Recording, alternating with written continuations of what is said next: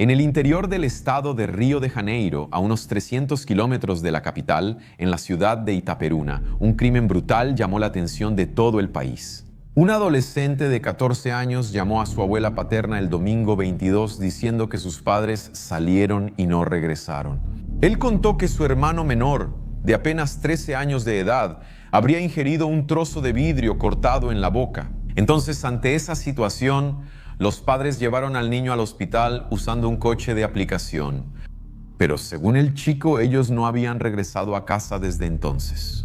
La abuela, muy preocupada, fue a su casa. Allí, ella encontró a su nieto solo y, sin obtener información clara, decidió reportar la desaparición de la familia a la policía civil. Y así fue como un crimen impactante empezó a ser descubierto. A pesar de todo este tiempo produciendo casos criminales, mira, todavía hay casos que me asustan. Porque la mente de algunas personas, así de la nada, la persona va viviendo su vida ahí normal y de repente, como si fuera a apretar un botón, un interruptor, ellas entran en una especie de reacción química y esa mente se diluye en maldad y mucha frialdad, en planes cobardes, en intentos de escapar de las consecuencias. Ese es un punto importante. Y es así, con este contexto, que el último sábado un adolescente protagonizó un caso perturbador en el estado de Río de Janeiro que fue descubierto ayer, día 25. Y claro que investigamos todo lo que se sabe hasta el momento y se los presento. Yo soy Marcos Campos, sean todos muy bienvenidos. Les pido, por favor, su like, su comentario, aunque sea un emoji. Si puedes, hazte miembro del canal porque me ayudas mucho a producir el contenido. Y además tienes acceso anticipado a estas producciones del canal, así como a nuestro grupo exclusivo en WhatsApp, ¿de acuerdo? Mensajes dados, vamos a los hechos.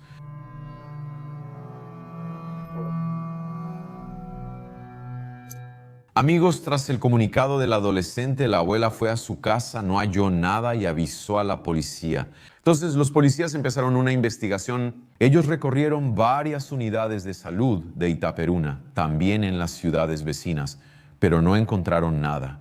Ninguna de esas unidades de salud había atendido antes a una familia con esas características, ¿cierto? Nada de la niña de la boca cortada. Así que el día 25, los policías se dirigieron entonces a la casa de esa familia, de ese adolescente, para ver qué estaba pasando, hacer una inspección, una investigación. La casa, aparentemente, estaba en orden, pero ocultaba indicios discretos, hasta entonces, de que algo muy malo había sucedido ahí. Después de una revisión más minuciosa en la casa, se encontraron manchas de sangre en puntos específicos de la residencia, como por ejemplo en el colchón del cuarto de la pareja. Ahí también había señales incompatibles con un simple accidente doméstico, como ese corte en la boca del más pequeño con un pedazo de vidrio. Después de eso, los policías también sintieron un fuerte olor a putrefacción en el lugar. También se encontraron rastros de sangre en la ropa, algunas ya parcialmente quemadas, lo que indica que ahí pudo haber habido un intento de ocultar evidencias de un crimen. Eso fue suficiente para que la policía solicitara una pericia técnica que comenzó a trabajar en el lugar en busca de respuestas.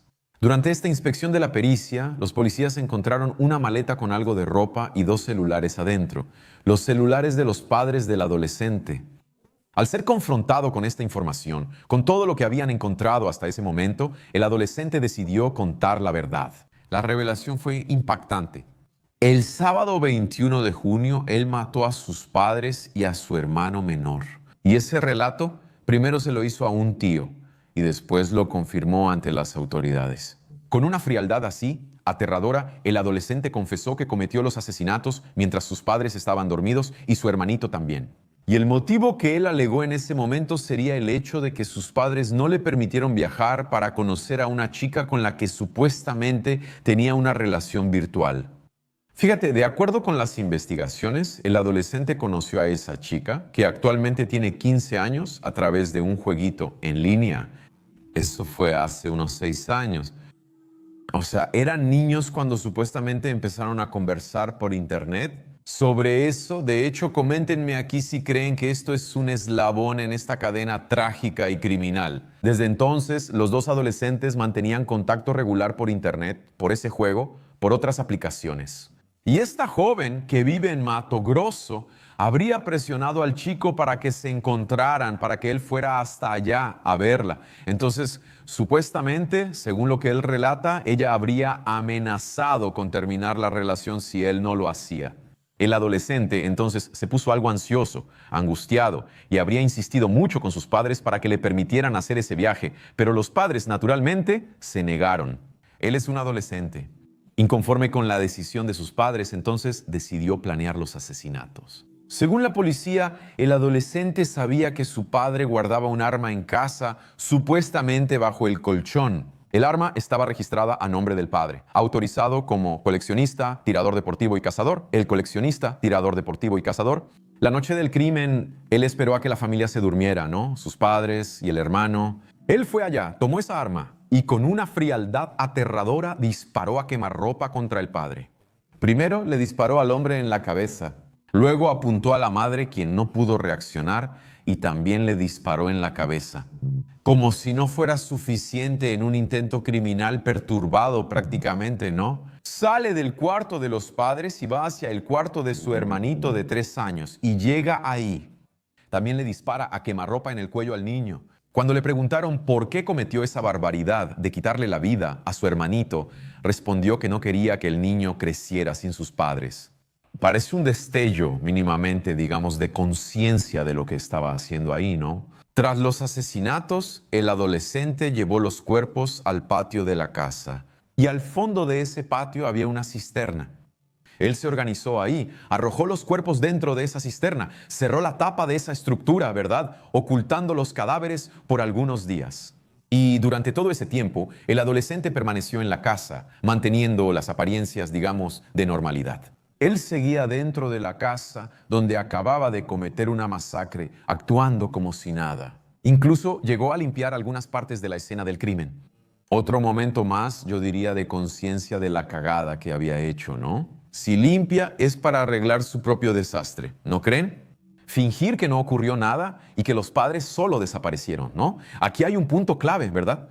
Dentro del contexto de un crimen como este, él arrojó productos químicos, como en otros casos criminales que hemos visto, ¿verdad? Intentó quemar la ropa que tenía manchas de sangre ahí, escondió objetos que podrían vincularlo a este triple homicidio. ¿Por qué menciono los destellos de conciencia? La película Hermanito no puede crecer sin los padres. Voy a quemar la ropa, esconder el cuerpo y limpiar la casa. Después no puedo decir que solo estaba en un brote y no sabía qué pasaba, ¿verdad? Bueno, cuando fue llevado entonces a la delegación, el adolescente demostró tranquilidad y ausencia de arrepentimiento. Los agentes relataron que él hablaba de manera fría, muy objetiva, y dijo que lo haría todo de nuevo, describiendo cada paso del crimen con lujo de detalles. En las declaraciones que este adolescente dio, también mencionó que había separado una maleta con ropa y los celulares de sus padres, con la intención de huir. ¿Verdad que se recuperaron los objetos, como vimos? La policía aún investiga si actuó solo o fue influenciado por alguien, ¿verdad? Si esa chica realmente existe, si tiene algún papel en todo esto que pasó, ¿verdad? Que sostenía esa relación virtual. Entonces, hay varios puntos que aún necesitan ser aclarados, pero existe la confesión, ¿verdad? Y son muchos eslabones, ¿verdad? ¿No? Que se van cerrando ahí para formar este crimen. Y durante la investigación, además, la policía descubrió que este chico también había buscado en internet cómo retirar el fondo de garantía por tiempo de servicio de un fallecido. Él habría dicho que su padre tenía unos 33,000 reales en un fondo de garantía. Eso levantó la sospecha de que el criminal también pudo tener una motivación financiera, además de ese deseo de viajar a Mato Grosso para conocer a la chica con la que hablaba por internet. Creo que hay una relación, ¿no? ¿Cómo iba a viajar si sus padres tampoco lo permitían? Va a matar a sus papás para poder ir, pero ¿cómo lo hará? Todo ya estaba planeado. Hay algunos elementos importantes ahí que deben ser aclarados, ¿no? La Policía Civil de Mato Grosso fue llamada para localizar e interrogar a la adolescente involucrada en la supuesta relación virtual, pero aún no hay información oficial. Grabé el caso el 26 y se descubrió ayer, 25 de junio. Fotos en redes sociales muestran a una familia aparentemente feliz. Antonio Carlos Teixeira, su padre, era enfermero y tirador deportivo. Por su parte, la madre del chico adolescente, la del asesino adolescente, Inália Teixeira, Era estilista y usaba las redes sociales como pasatiempo para demostrar el cariño por su familia, por su esposo, por sus hijos. El hijo menor, Antonio Filho, conocido como Toniño, tenía solo 3 años, como mencioné. Y el descubrimiento del crimen, como no podía ser de otra manera, causó una gran conmoción en toda la ciudad. Vecinos, familiares y habitantes de la región quedaron en shock al saber que ahí, cerca de ellos, había alguien que pudiera ser capaz de una barbaridad así. El caso fue rápidamente reportado por medios nacionales y se convirtió en un episodio de gran repercusión pública. El joven fue arrestado. Él responde por un acto infraccional análogo a triple homicidio doblemente calificado por el uso de un recurso que imposibilitó la defensa de las víctimas, que estaban dormidas y por motivo fútil. Se consideró el uso de arma de fuego como agravante. Amigos, tenemos un triple homicidio sumamente cobarde. ¿Asesinar mientras duermen? ¿Los padres? ¿El hermanito de 3 años? Es aterrador la frialdad y capacidad de ese muchacho, ¿no crees? Aunque estos delitos son graves, la ley brasileña establece que los menores de 18 años sean juzgados según el Estatuto del Niño y del Adolescente. Estatuto del Niño y del Adolescente. Así podrá estar internado hasta 3 años y al cumplir la mayoría de edad, como que ya está saldado, ¿no? Eso es lo que determina. Si eso se va a hacer, no tenemos cómo saber, ¿verdad? Porque ya estamos hartos de saber sobre todas esas cosas. Y no sé decir cómo queda la cuestión si después sale un informe que diga que él tiene algún trastorno, ¿verdad? Que imposibilita la convivencia en sociedad, que pone en riesgo la vida de otras personas. No sé cómo va a pasar eso. Lo que estoy diciendo aquí es todo basado en lo que fue divulgado por la policía sobre la frialdad del adolescente al relatar la barbaridad que hizo. Entonces, da pie a pensar que existe algo, ¿no? Más allá de la normalidad. Bueno, las autoridades siguen todavía, ¿no? Analizando el historial de mensajes del adolescente, buscando elementos que comprueben si hubo o no un incentivo directo por parte de esa chica o de alguna otra persona. También se solicitó una evaluación psicológica detallada del adolescente para entender su perfil emocional y qué podría haber motivado, de hecho, ¿no?, tal brutalidad. Hasta el momento él no ha mostrado señales de arrepentimiento. Según los investigadores, la frialdad con que actuó es uno de los aspectos más impactantes y aterradores del caso. Mientras esto se difunde, los cuerpos de Antonio Carlos, Inália y Toniño fueron sepultados en medio de gran conmoción. Familiares y amigos participaron del velorio en silencio. Muchos incluso sin poder comprender realmente cómo una tragedia así pudo haber ocurrido dentro de la familia. Una familia aparentemente estable. Se están elaborando peritajes detallados y el análisis del contenido digital de los dispositivos de los padres y también del adolescente debe aportar nuevos elementos a la investigación. En los próximos meses, el Ministerio Público presentará la denuncia formal con informes de la Policía Civil y decidirá si continúa la internación del adolescente asesino. Y decidí traerles este caso, que es muy reciente porque existen otros crímenes horribles con muchas similitudes.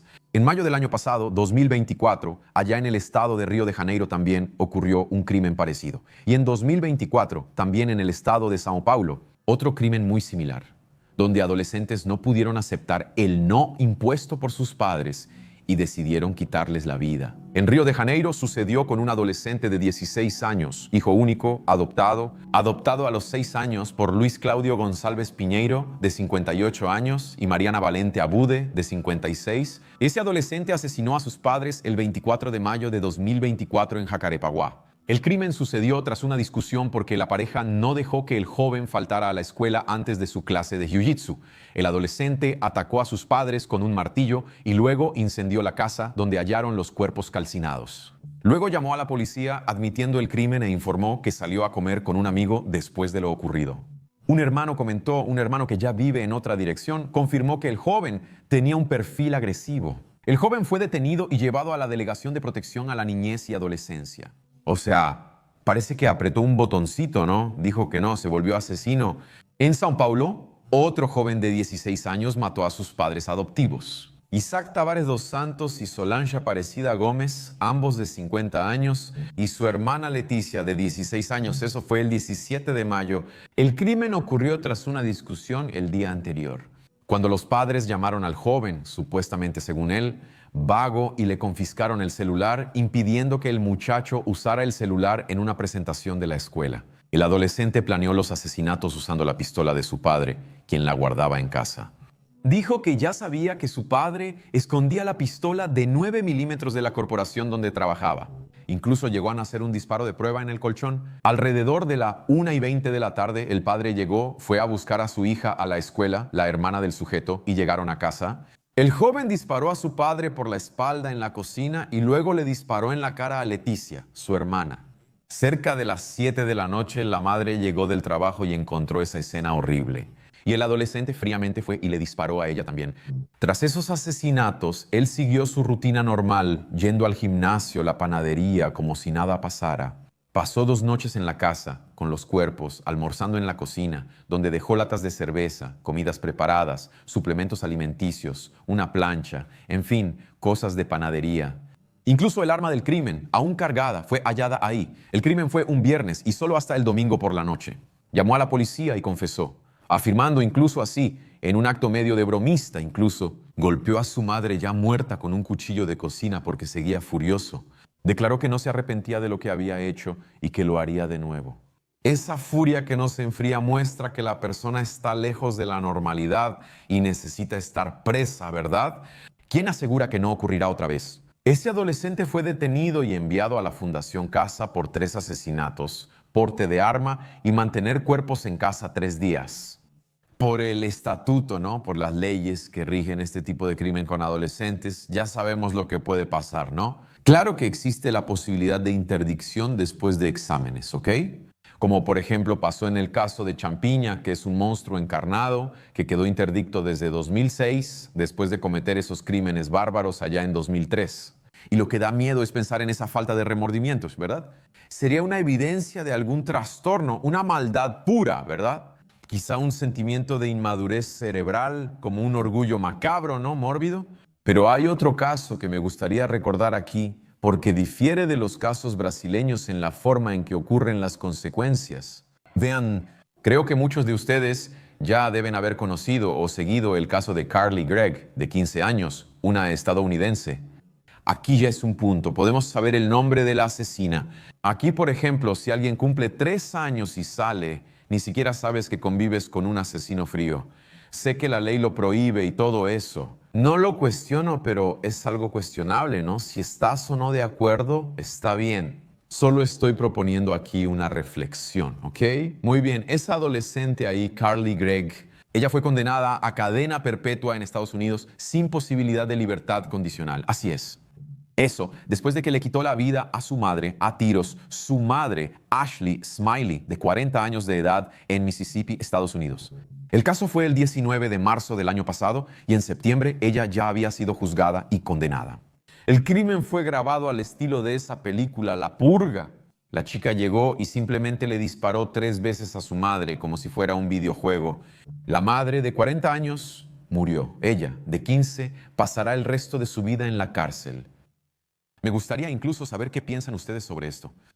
Comenta aquí para mí. Incluso alguien podría decir que es demasiado. Pero mira los elementos de este crimen que se parecen mucho a los casos brasileños, ¿ok? Si lo ves de cerca, los casos brasileños son más crueles. En el primer caso que mencioné, sucedió y se descubrió ayer. El niño mató a sus padres y a su hermano de 3 años mientras dormían. En el caso de Carly, la mamá estaba despierta. La mamá estaba ahí en la casa, pues haciendo las tareas. Ella llegó y lo hizo. Luego Carly actuó como si nada y llamó a una amiga diciendo que hubo una emergencia. La chica llegó y Carly le preguntó, ¿ya habías visto un cuerpo muerto? Llamó a la chica y le mostró a su mamá tirada en el suelo, baleada. Bastante extraño, ¿no? Y hay más. Carly fingió ser su mamá y desde su celular le preguntó al padrastro a qué hora llegaría a casa. Cuando el padrastro llegó, ella también le disparó, pero él logró zafarse, recibió un balazo de refilón en el hombro. Resultó herido al pelear cuerpo a cuerpo con ella y desarmarla. Carly intentó huir, pero la policía la capturó poco después. Es una locura, ¿verdad? ¿Y sabes cuál fue el motivo de todo esto? Que la mamá descubrió que ella usaba drogas. Y le llamó la atención cómo haría cualquier padre o madre. O sea, motivos muy parecidos, motivos superficiales entre todos los casos que mencioné aquí, ¿no es así? Entonces, ahora, cuando un padre, una madre, un responsable de un adolescente va a llamarle la atención, corre el riesgo de recibir un disparo, de ser asesinado mientras duerme. ¿A dónde llegará esto? Para cerrar, el primer caso fue descubierto ayer y sigue la investigación. Al final, aún falta saber si la amiga virtual estuvo involucrada o fue la causa de esta tragedia. Pero ante todos estos casos muy parecidos, crueles, fríos, cobardes, ¿crees que castigos más severos, como pasó con Carly, podrían ayudar a desincentivar ese impulso asesino de adolescentes que no soportan ser contrariados? Hay mucho que analizar, ¿no? Puede que exista un trastorno que haga que la persona pierda el control. Pero en el primer caso, en el segundo caso, no parece haber una premeditación en el sentido de que todo fue calculado, ¿verdad? Porque se enojó porque su papá no lo permitió. Comenta aquí para mí. Y claro, si hay alguna actualización importante sobre esto, se las traigo. Por hoy es todo. Gracias por tu atención. Un beso de Ruivo. Hasta el próximo episodio.